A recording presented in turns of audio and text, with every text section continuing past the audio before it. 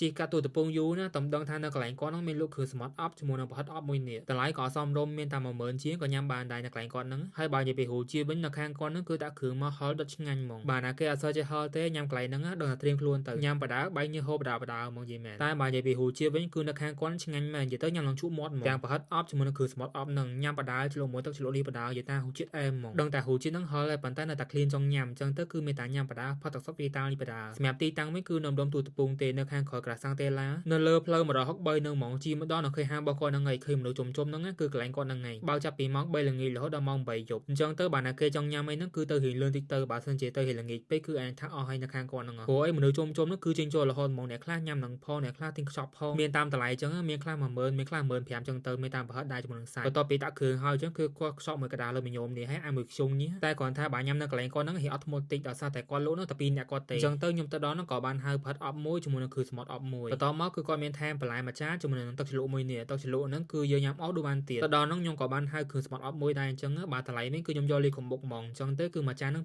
20000តែបើចង់បានតម្លៃធូរជាងហ្នឹងក៏បានដែរគ្រាន់តែសាច់តិចចឹងហើយបើមួយនេះវិញគឺជាប្រហិតអប់មួយចានហ្នឹងគឺខ្ញុំយកតម្លៃ15000មិនចេះតែនិយាយណាគឺប្រហិតនៅខាងគាត់ហ្នឹងមើលតំណងមែនមានតាំងពីខ្ទឹមលីងផងមានតាំងពីទឹកជ្រលក់នេះផងអូយនិយាយទៅជាតិហ្មងញ៉ាំបដាផាទឹកបដាញ៉ាំរបស់ហិលអញ្ចឹងឃើញបង្ហាញទឹកវីតាហ្នឹងទីអត់ដឹងថាវីតាហ្នឹងគឺជាផលិតផលខ្មែរដំបូងគេហ្មងនៅកម្ពុជាយើងដែលទទួលស្គាល់ជាសកលហ្មងទាំងគុណភាពខ្ពស់ជាមួយនឹងសុខភាពខ្ពស់បញ្ជាក់ពីស្ថាប័ន NSF នៅសហរដ្ឋអាមេរិកនិងសហភាពអឺរ៉ុបវីតាមោទនភាពផលិតផលជាតិអញ្ចឹងវីដេអូហ្នឹងមានតែប៉ុណ្្នឹងទេចាំជួបគ្នាលើក្រោយទៀតបាយបាយ